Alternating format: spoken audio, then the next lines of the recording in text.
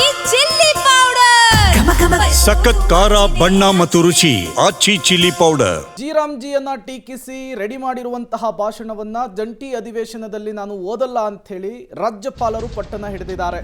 ಇವತ್ತಿನ ಅಧಿವೇಶನಕ್ಕೆ ರಾಜ್ಯಪಾಲರು ಬರ್ತಾರಾ ಇಲ್ವಾ ಅನ್ನೋದೇ ಈಗಿರುವಂತಹ ಕುತೂಹಲದ ಪ್ರಶ್ನೆ. ಕಾನೂನು ತಜ್ಞರು ವಕೀಲರ ಜೊತೆಗೂ ಕೂಡ ಸಚಿವ ಎಚ್.ಕೆ. ಪಾಟೀಲ್ ಚರ್ಚೆಯನ್ನು ನಡೆಸಿದ್ದಾರೆ. ತಮ್ಮ ಡಾಲರ್ಸ್ ಕಾಲೋನಿಯ ನಿವಾಸದಲ್ಲಿ ಚರ್ಚೆಯನ್ನು ನಡೆಸಿದ್ದಾರೆ ಎಚ್.ಕೆ. ಪಾಟೀಲ್ ಅನ್ನೋದು ಗೊತ್ತಾಗ್ತಾ ಇದೆ. ರಾಜ್ಯಪಾಲರ ಸಂಭಾವ್ಯ ನಡೆಗಳ ಬಗ್ಗೆ ಇಲ್ಲಿ ಸಹಜವಾಗಿಯೇ ಚರ್ಚೆ ಆಗಿರುತ್ತೆ. ರಾಜ್ಯಪಾಲರು ಬರೆದಿದ್ರೇನು, ಬಂದು ಭಾಷಣ ಓದದೇ ಇದ್ರೆ ಏನು, ಮುಂದಿನ ಕಾನೂನು ಹಂತದ ಬಗ್ಗೆ ಚರ್ಚೆಯನ್ನು ನಡೆಸೋದಕ್ಕೆ ಎಚ್.ಕೆ. ಪಾಟೀಲ್ ಮುಂದಾಗಿರುವಂಥದ್ದು. ನಿನ್ನೆಯೂ ಕೂಡ ರಾಜ್ಯಪಾಲರನ್ನು ಭೇಟಿಯಾಗಿದ್ದರು, ಅವರನ್ನು ಮನವೊಲಿಸುವಂತಹ ಕೆಲಸ ಆಗಿತ್ತು.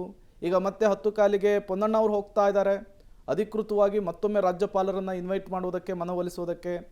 ಒಂದು ವೇಳೆ ರಾಜ್ಯಪಾಲರು ಬರಲಿಲ್ಲ ಅಂದರೆ ಅನ್ನುವಂತಹ ಪ್ರಶ್ನೆಗೆ ಈಗ ಚರ್ಚೆಗಳು ಕೂಡ ಆಗ್ತಾ ಇದೆ ಎಚ್.ಕೆ. ಪಾಟೀಲ್ ಅವರ ನಿವಾಸದಲ್ಲಿ.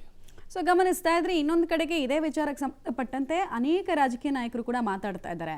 ಮತ್ತೆ ಈ ಸೆಷನ್ನಲ್ಲಿ ತುಂಬ ಇಂಪಾರ್ಟೆಂಟ್ ಆಗೋದು ಯಾರ್ಯಾರು, ಸಭಾಪತಿಗಳು, ಸ್ಪೀಕರ್ ಏನು ಹೇಳ್ತಾರೆ ಅನ್ನೋ ವಿಚಾರ.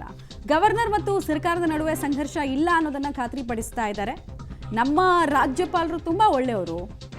ಸಭಾಪತಿ ಬಸವರಾಜ ಹೊರಟ್ಟಿ ಅವರ ಸ್ಟೇಟ್ಮೆಂಟ್ ಇದು.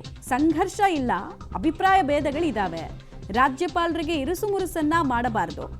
ಈ ನಿಟ್ಟಿನಲ್ಲಿ ಕೇಂದ್ರ ಸರ್ಕಾರವನ್ನು ಟೀಕಿಸಿದ್ರೆ ಅದು ನುಂಗಲಾರದ ತುತ್ತಾಗುತ್ತೆ.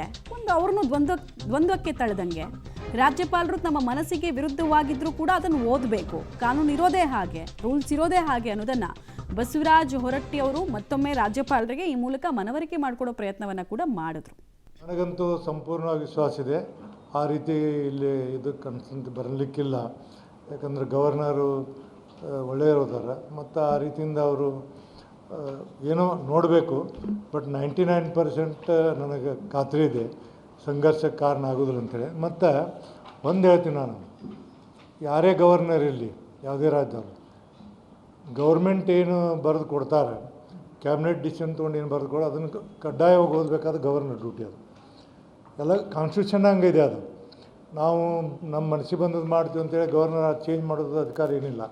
ಏನು ಸರ್ಕಾರ ಬರೆದು ಕೊಡ್ತಿದ್ವಿ, ಏನು ಸರ್ಕಾರ ಇದೆ ಅದನ್ನೇ ಹೇಳಬೇಕು ಹೊರತಾಗಿ ಅವ್ರು ತಮಗೆ ತಿಳಿದು ಹೇಳೋಕ್ಕೆ ನಮ್ಮ ಇದರಲ್ಲಿ ಪ್ರಯೋಜನ ಇಲ್ಲ. ನನಗೆ ಸಂಪೂರ್ಣವಾಗಿ ಅದ್ರ ಬಗ್ಗೆ ಮಾಹಿತಿ ಇದೆ ಮತ್ತು ಅದನ್ನು ಓದ್ಕೊಂಡಿನಿ. ರಾಜ್ಯಪಾಲರು ಏನಂದ್ರೆ ಏನು ನಮಗೆ ರಾಜ್ಯ ಸರ್ಕಾರ ಏನು ಪ್ರಿಂಟ್ ಮಾಡಿ ಕೊಟ್ಟಿದ್ದತಿ ಅದನ್ನು ಸಂಪೂರ್ಣವಾಗಿ ಓದುವಂಥ ಕೆಲಸ ರಾಜ್ಯಪಾಲರದ್ದು. ಬಸವರಾಜ ಹೊರಟ್ಟಿ ಅವರು ಹೇಳ್ತಾ ಇದ್ರು, ಅಂದರೆ ಕಾನ್ಸ್ಟಿಟ್ಯೂಷನಲ್ ಪವರ್ಸು, ಎಕ್ಸಿಕ್ಯೂಷನಲ್ ಪವರ್ಸು ಮತ್ತು ಪ್ರಾಸಿಕ್ಯೂಷನಲ್ ಪವರ್ಸ್ ಅಂತ 3 ಇರುತ್ತೆ ರಾಜ್ಯಪಾಲರಿಗೆ.